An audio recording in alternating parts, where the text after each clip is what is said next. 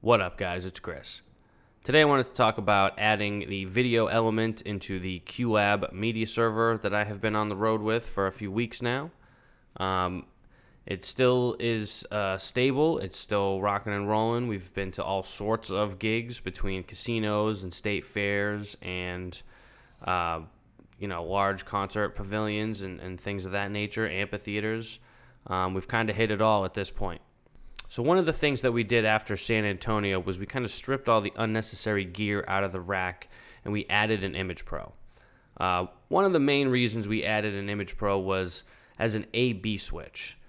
One of the main Mac Mini has a USB-C to DisplayPort cable coming out of the Mac Mini into the Image Pro, and the spare Mac Mini has a USB-C to DVI cable coming out of the Mac Mini into the Image Pro. So my two inputs are DisplayPort and DVI. I use those as opposed to HDMI because they're a locking connector. I still check the connections every day on the Mac end, especially on the Mac end, and the Image Pro end, as I'm powering up and setting up the rack every day. The other reason that we added the Image Pro in line was because we weren't sure what kind of walls we were going to be seeing every day, or screens for that matter. When you hear State Fair, you don't always think of the highest resolution LED wall. Not to knock anybody, but if anybody has ever been on tour into some random places, the production can be less than desirable sometimes. And so an Image Pro is great in terms of scaling different things. You can scale your your output to kind of whatever you need, and you can mess with the color and all that stuff. Now, the video guys on site should know what the deal is, and they should already have kind of that all set up for you.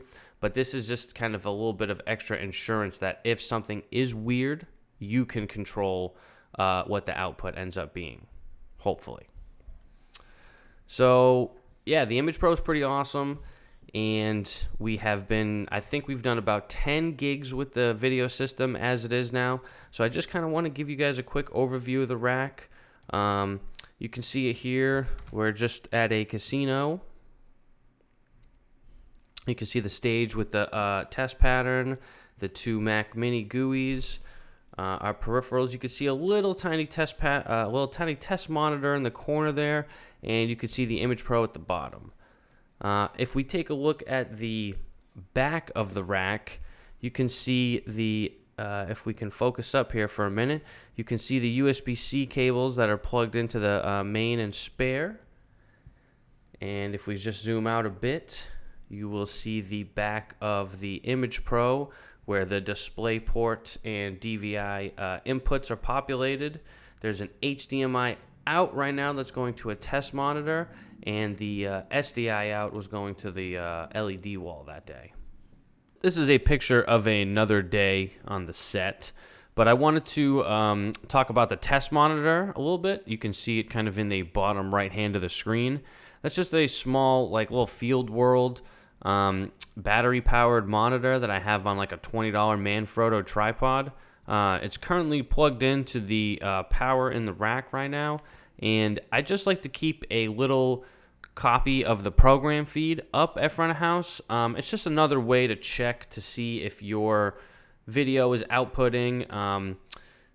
The Image Pro will take the one selected input and spread it across all the outputs. So that's why I'm able to send it to the wall and to the screens via SDI, but I'm also able to monitor the program feed and just kind of what's coming out of QLAB from the HDMI out. So this combination of tripod and monitor is, to me, kind of invaluable to have in front of house. So that's kind of it. It was a quick little update. Just kind of threw an Image Pro in and kind of ran with it. Built a little show file, and this has been gigging often, and it's been gigging well. So I hope this was helpful to someone. If anybody has any suggestions about the hardware that they have in their QLAB video rack, I'd love to hear about it.